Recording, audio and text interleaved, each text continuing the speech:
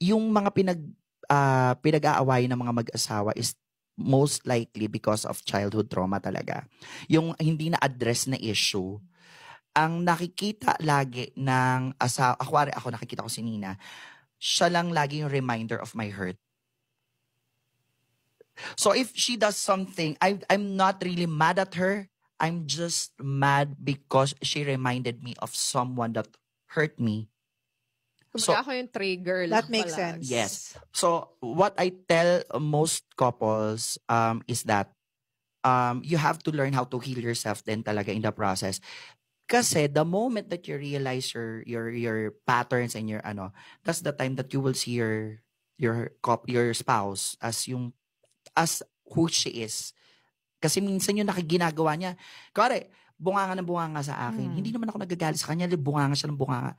Nagagalit ako sa kanya kasi naalala ko yung mama ko sa kanya. Right. Tama.